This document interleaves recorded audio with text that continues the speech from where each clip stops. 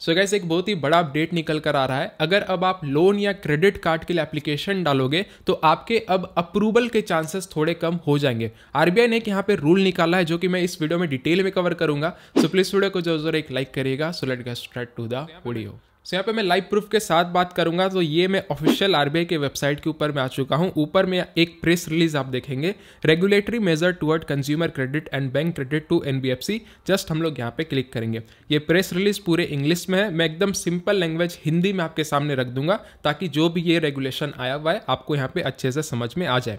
देखिए यहाँ पे टोटल 3 पॉइंट्स है, 3 सेगमेंट को यहाँ पे टारगेट किया गया है। सबसे पहले है कॉमर्शियल बैंक्स, दूसरा है एनबीएफसी और तीसरा है क्रेडिट कार्ड रिसीवेबल्स। ठीक है, तो तीनों सेगमेंट को हम लोग अच्छे से यहाँ पे समझते हैं। तो सबसे पहले हम लोग ए नंबर को कवर करेंगे जिसमें लिखा गया है consumer credit exposure of commercial banks, यानी कि जो कमर्शियल बैंक्स है उन पे यहाँ पे क्या रेगुलेशन लेकर के आया गया है उसके बारे में यहाँ पे जिक्र करेंगे। तो देखिए इस कॉन्सेप्ट को समझने से पहले आपको ये पता होना चाहिए कि अगर आपको लोन प्रोवाइड किया जाता है तो लोन प्रोवाइड होने के पीछे क्या रेगुलेशन वर्क करता है वो आपको मैं समझा दे रहा हूं ताकि ये चीज अच्छे से समझ में आ जाए। तो एग्जाम्पल के लिए अगर आपको 100 रुपया का लोन कोई कंपनी प्रोवाइड करती है, कोई एनबीएफसी आपको प्रोवाइड करती है, तो एज अ कैपिटल अमाउंट भी उनको 100 रुपया सिक्योरिटी के तौर पे अपने पास भी रखना होता है। तो यहां पे क्लियरली मेंशन किया गया है कि पहले जो 100% जो रिस्क जो आप अपना कैपिटल रखते थे, यानी कि 100 रुपया आपने किसी कस्टमर को लोन डिसबर्स करके दिया तो आपको भी वो पैसा 100 रुपया एज अ कैपिटल रखना है। तो उसको अब इंक्रीज करके 25% बढ़ा दिया गया है। कहने का मतलब ये हुआ कि पहले 100% का जो कैपिटल एक्सपोजर आपको रखना होता था एनबीएफसी या कमर्शियल बैंक को, अब जो 100% से बढ़ा के 125% का आपको कैपिटल अपने पास भी रखना पड़ेगा। तो सीधा सा यहां पे ये हो जाता है कि अब जो है आपको लोन जो डिसबर्सल अमाउंट आपको प्रोवाइड किया जाएगा वो यहां पे हो सकता है थोड़ा लिमिट आपको कम ऑफर यहां पे किया जाएगा, क्योंकि जो कंपनी 100 रुपया अगर आपको लोन डिसबर्स करके दे रही थी तो एज अ रिस्क मैनेजमेंट उनको पहले 100 रुपया अपने पास भी रखना होता था कैपिटल, लेकिन अब 100 रुपये की जगह में उनको 125 रुपया रखना पड़ेगा। तो इससे सॉलिड सी बात है कि उनका भी कैपिटल कम होगा और जब उनका कैपिटल अगर कम होगा तो आपको भी लोन जो डिसबर्स किया जाएगा वो यहाँ पे लिमिट हो सकता है थोड़ा आपको कम देखने को मिलेगा। ये रेगुलेशन यहाँ पे कमर्शियल बैंक को यहाँ पे दिया गया है।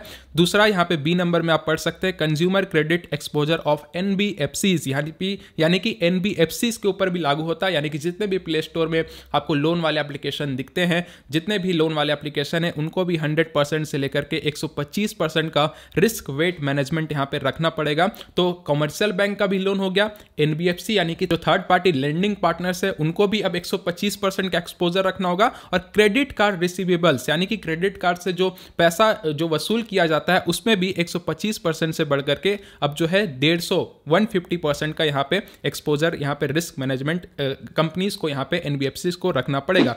अच्छा, एक टॉपिक मिस हो गया था, अभी वीडियो एडिट कर रहा हूं तो थोड़ा ध्यान में आया, तो मैं क्लैरिफिकेशन आपको दे दूं कि ये जो रूल लागू किया गया है ये सिर्फ और सिर्फ जो है अनसिक्योर्ड लोन के लिए है। कंफ्यूजन में दूर कर दे रहा हूं। अनसिक्योर्ड लोन वो लोन होता है जिसके बदले में कंपनी आपसे कुछ भी नहीं लेती है।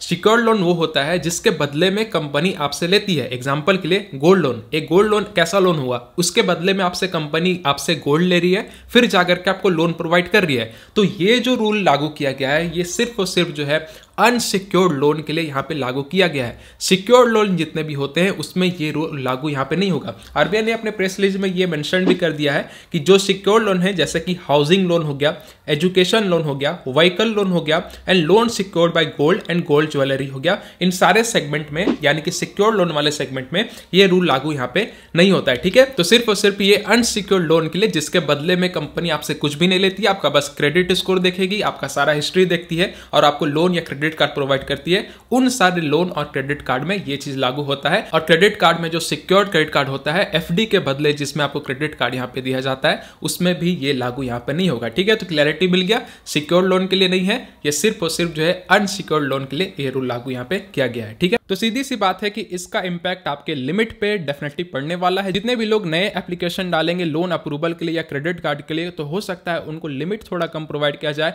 या उनको लोन ना भी प्रोवाइड किया जा सकता है। तो क्राइटेरिया थोड़ा सा और टफ हो जाएगा। लेंडिंग पार्टनर्स जितने भी है उनको ज्यादा कैपिटल रखना होगा, तो उससे क्या है कि वो बिजनेस भी थोड़े स्लो लेवल पे डेफिनेटली उनका भी वर्क करेगा। तो यहां पे ये आरबीआई का रूल आ चुका है।